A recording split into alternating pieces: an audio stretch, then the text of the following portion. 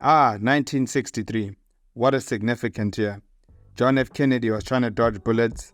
Martin Luther King was busy chasing his dream and thankfully not dodging bullets. And in the midst of it all, Astro Boy zoomed onto Japanese TV screens. Meanwhile, in the footballing world, the Rossoneri carved out its own narrative of triumph and glory. Led by manager Nereo Rocco and a cohort of talented players, Milan embarked on a journey that would etch their names into the annals of sporting history.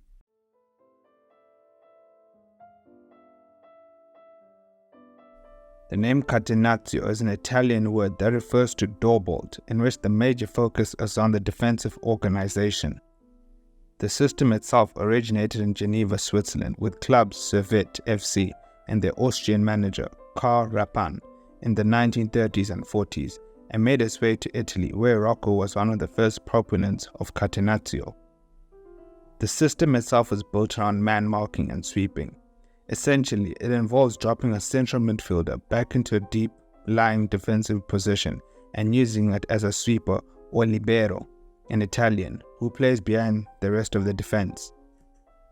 It was based on heavy defense and counterattacks by pulling back wing halves and instead using them as fullbacks to provide defense with extra support. Ultimately, this operates as a defensively minded counter-attacking system. Often a team playing Catenaccio focuses on defending first, with its defense trump-tight like a virgin, hoping to nick a goal on the counter. A 1-0 is a classic Catenaccio victory, or the Italian job as some would call it. Before the 1962 and 63 season, Milan had undergone a period of rebuilding after experiencing a downturn in form. Under the guidance of manager Nereo Rocco, the team underwent a rejuvenation process, focusing on recruiting talented players and refining their tactical approach. Rocco's emphasis on defensive solidity, fluid attacking play, and tactical discipline would become instrumental in Milan's success. Milan cruised to the Scudetto in Rocco's first season, beating rivals Inter to the title by 5 points. Rocco's men scored an impressive 83 goals in 34 games, 22 more than second-best Roma with 61, which shows Rocco's Catenaccio may not have been as defensive as some suggested. Brazilian striker Jose Altafini finished as top goal scorer with 22 goals, and the creative Gianni Rivera contributed with 10 goals. After their immediate success in the domestic circuit, Rocco's team set their sights on European glory, and they reached the final of the 1963 European Cup at Wembley Stadium. They'll come up against Benfica, who had won the past 2 editions of the tournament and were looking to make it a three-peat.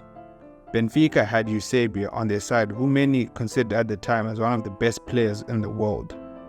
Eusebio gave Benfica an early lead as the Eagles dominated the first half. Despite being on the back foot, Milan stuck to their guns and came out for the second half with fire ignited within their belly. Constant pressure on the Benfica defense resulted in them scoring an equalizer through Altafini. A minute after Altafini's equalizer for Milan, Gino Pivatelli committed a cynical foul on Mario Coluna to stop a Benfica counter-attack, injuring the creative playmaker and ruling him out for the rest of the game. There were no substitutions at the time, so Benfica were down to 10 men for the remainder of the game. Rocco specifically brought Pivatelli into the final to man mark, in one of the first examples of a team employing tactics specifically to stop an opponent's danger player. Milan went on to score the winning goal 10 minutes later through Catenaccio, becoming the first Italian manager to bring the European Cup to Italy. His name was etched into the annals of Italian history, and players such as Maldini, Rivera, and Altafini had global status. Catenaccio was the way, and Al Peron was the puppet master. After winning the European Cup, Rocco decided that it was time for a new challenge, and his next destination would be in Turin, where he was appointed as Torino manager. He would then return to Milan after a couple of years, but that's a story for another day. Milan's 62-63 triumph wasn't just about victories, it was a testament to the evolution of a tactical revolution. Under Rocco's guidance, Milan not only embraced but mastered the art of Catenaccio, a defensive strategy that would shape the future of football.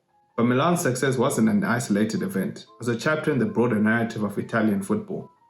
Rocco's influence resonated beyond the confines of the San Siro, echoing in the halls of Inter Milan under the tutelage of Helenio Herrera. Herrera's Grande Inter refined Catenaccio to its pinnacle, further cementing its legacy as a cornerstone of Italian football. Beyond the borders of Italy, Catenaccio spread like wildfire, igniting the imagination of coaches worldwide like shooting stars streaking across the night sky. It became the North Star of football tactics, guiding teams through the darkness of uncertainty with its unwavering brilliance.